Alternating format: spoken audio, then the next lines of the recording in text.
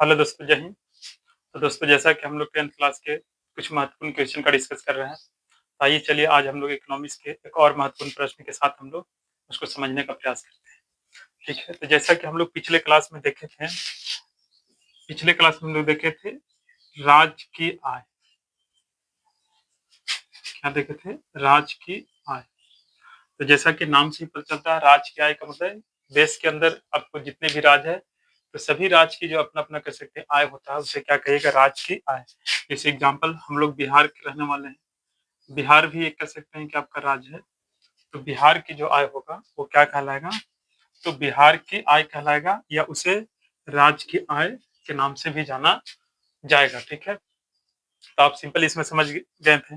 और देखे थे राज्य की आय का मतलब राज्य के अंदर कह सकते हैं कि जो भी एक वर्ष के अंदर वस्तुओं और सेवाओं का उत्पादन होता है, और उसका जो भी कह सकते हैं कि मुद्रा के रूप में जो कीमत होगा टोटल, उसे क्या कहा जाएगा? तो उसे राज्य की आय कहलाएगा। और उसे सकल कह सकते हैं कि राज घरेलू आय के रूप में जो है जाना जाता है। सकल का मतलब पूरा पूरी। ठीक है, कह सकते हैं कि राज्य के अंदर जो भी कह सकते हैं कि टोटल जो आय होगा, किसी भी कह सकते हैं कि क्षेत्र से, चाहे वो खेती से हो, उद्योग धंधा से हो, पढ़ाई लिखाई से हो, गाड़ी घोड़ा से, किसी भी तरह से कह सकते हैं कि जो आय आएगा, तो जो टोटल आय होगा उसे सकल कह सकते हैं कि आय कहा जाएगा, जिसको शॉर्ट में GSDP कहते हैं, ग्रॉस डोमेस्टिक है ना प्रोडक्ट कहा जाता है। अब आप इसी में एक देखे थे शुद्ध राज घरेलू आय। इसमें केवल यहाँ पर क्या लग जाएगा? शुद्ध, है ना। तो शुद्ध का मतलब क्या होता है कि आप सोचिए कि अब जो इनकम किया जाएगा राज्य के अंदर, वस्तुओं और सेवाओं का जो उत्पादन किया जाएगा, तो उसमें खर्चा लगता है।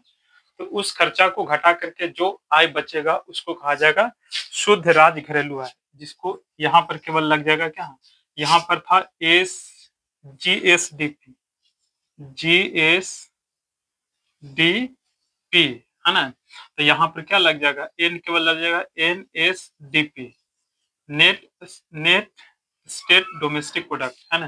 तो इस तरह से आप समझ सकते हैं। और इसको ऐसे भी समझ सकते हैं कि जैसे घर है, घर में जो कुल आय होता है, घर में चाहे कोई खेती से कमा रहा है, या कह सकते हैं कोई बाहर कमा रहा है, कोई लेबर का काम कर रहा है, तो घर के अंदर कह सकते हैं कि विभिन्न प्रकार से कह सकते हैं कि आय आता है। तो जो भी कह सकते हैं कि जो टोटल आय होगा घर का, वो टोटल घर की कह सकते हैं कि आय कहलाएगा। लेकिन जो आय आएगा तो उसमें खर्चा होता है ना, तो उस खर्चा को घटाने के बाद जो अब आय बचेगा, खाने पीने के बाद जो आय बचेगा, तो वो क्या कहलाएगा? तो वो शुद्ध आय कहलाएगा।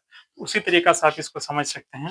जब भी आपको प्रश्न बनेगा सकल राज्य घरेलू आय क्या है, तो राज्य के अंदर कह सकते हैं कि एक वर्ष में कुल उत्पादित वस्तुओं और सेवाओं का जो मौद्रिक मूल्य होगा, उसे सकल राज्य घरेलू आय कहा जाएगा। जैसी सूद की बात किया जाएगा, तो आप कहिएगा कि सकल राज्य घरेलू आय में जो खर्चा होता है उसे घटाने के बाद जो आय प्राप्त होगा, उसे क्या कहा जाएगा? तो उसको शुद्ध राज्य घरेलू आय कहा जाएगा। तो आप इस तरह से समझ गए होंगे। ठीक है, अब इसी तरीका से कर सकते हैं कि आपका एक है राष्ट्रीय आय।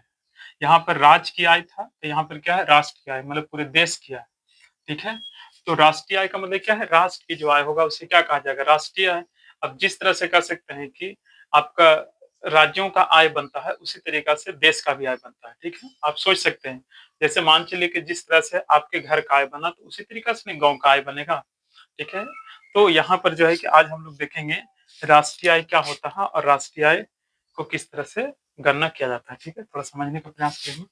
इसको आप जान चुके थे। देखिए, तो आज हमारा टॉपिक जो है वो है राष्ट्रीय राष्ट्रीय आय। ठीक है, राष्ट्रीय आय का मतलब होता है राष्ट्र की आय, या इसी को राष्ट्र को देश भी कहा जाता है। ठीक है, तो देश की आय। अब देखिए, देश के अंदर देश के अंदर कह सकते हैं कि जो भी वस्तु और सेवाओं का उत्पादन हो, सेम यहाँ पर, वहां पर केवल राज्य था, यहाँ पर क्या हो जाएगा? देश। ठीक है, समय वही एक साल या वित्तीय वर्ष जो कहा जाता है वो सेम है, बस खाली वहां राज्य था और यहाँ पर क्या है? देश है। तो यहाँ पर क्या होगा? तो देश के अंदर एक वर्ष के अंदर जो कुल उत्पादित वस्तु और जो सेवाएं होगा, ठीक है, तो उसकी जो मौद्रिक मूल्य होगा वो कहलाएगा राष्ट्रीय आय, या उसी को कहा जाता है देश की आय। तो इस तरह से आप इसे इंग्लिश शॉर्ट में कहा जाता है नेशनल इनकम, NI के नाम से जाना जाता है। तो आप समझ सकते हैं, इसमें रटने-रटाने की ज़रूरत नहीं है। तो प्रश्न बनता है कि राष्ट्रीय आय किसे कहते हैं? तो किसी भी देश के, है ना, अंदर 1 वर्ष में कुल उत्पादित वस्तुओं और सेवाओं का जो मौद्रिक मूल्य होगा, उसे राष्ट्रीय आय कहते हैं। या आप सिंपल भी कह सकते हैं कि जो राष्ट्र की कुल आय होता है, उसे राष्ट्रीय आय कहा जाता है। अब थोड़ा सोचिए कि किसी भी राष्ट्र की जो आय होता है, वो वहाँ के कह सकते हैं कि देश की जो प्राकृतिक संसाधन है,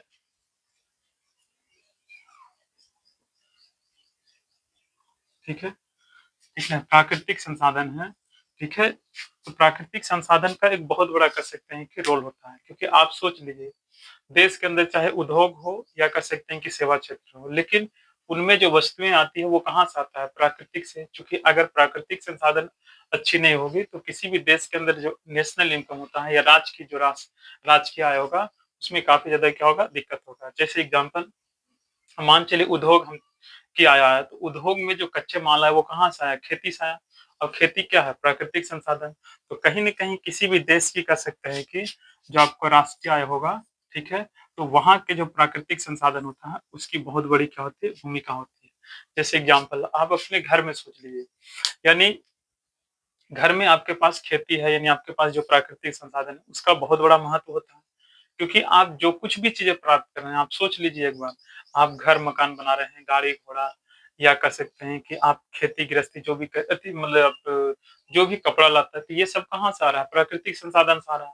तो सोच लीजिए कि प्राकृतिक संसाधन जो है, वो हमारे जीवन का कह सकते हैं कि कितना बड़ा कह सकते हैं कि एक साधन के रूप में है। तो आप समझ लीजिए कि किसी भी देश के अंदर जो प्राकृतिक संसाधन होता है, वो उस देश की राष्ट्रीय आय में बहुत बड़ा क्या है? भूमिका निभाता है। ठीक है? लेकिन एक चीज़ और सोचने वाली बात है। ऐसा भी होता है कभी-कभी कि किसी देश के अंदर प्राकृतिक संसाधन बहुत है, लेकिन वहाँ पर जो मानवीय संसाधन है, वो ठीक-ठाक नहीं होता है, तो पर भी वहाँ की जो राष्ट्रीय होता है या उस देश की जो स्थिति होती है, वो काफ़ी क्या होता है? खराब होता है, मतलब पिछड़ा होता है। ठीक है? बहुत सारे ऐसे देश हैं जहाँ पे प्राकृतिक संसाधन तो सब जगह है, बिना संसाधन के कोई भी देश नहीं, कहीं पे कम है तो कहीं पे ज़्यादा है। ये कहिएगा कि चूँकि पृथ्वी ही एक संसाधन है, पृथ्वी तो बड़ा संसाधन है। समझ रहे हैं कि नहीं? तो आप सोच लीजिए कि कोई भी देश है तो बिना संसाधन के नहीं है। बस फ़र्क यही है कि किसी यहाँ कम है तो किसी यहाँ ज़्यादा है, या किसी यहाँ कह सकते हैं कि कोयला है तो कहीं पानी है तो कहीं सोना-चांदी। संसाधन में भले कह सकते हैं कि कम-बेशी हो सकता है, या कहीं पे कोई संसाधन है तो कहीं पे कोई दूसरा संसाधन है, लेकिन संसाधन सब जगह है। बिना संसाधन के कहीं पे जीवन नहीं चल पाएगा। तो आप सोच सकते हैं कि जो राष्ट्रीय आय में प्राकृतिक संसाधन का कितना बड़ा रोल है। अब एक यहाँ पर एक क्वेश्चन बनता है, देखिए, ऐसे तो राष्ट्रीय आय का डेफिनिशन हम लगा सकते हैं सिंपल तरीका से, जो बताया गया है। एक आपका कह सकते हैं कि अर्थशास्त्री हैं, ठीक है? उनके अनुसार कह सकते हैं कि आप राष्ट्रीय आय का परिभाषा देख सकते हैं, जिनका नाम है मार्शल।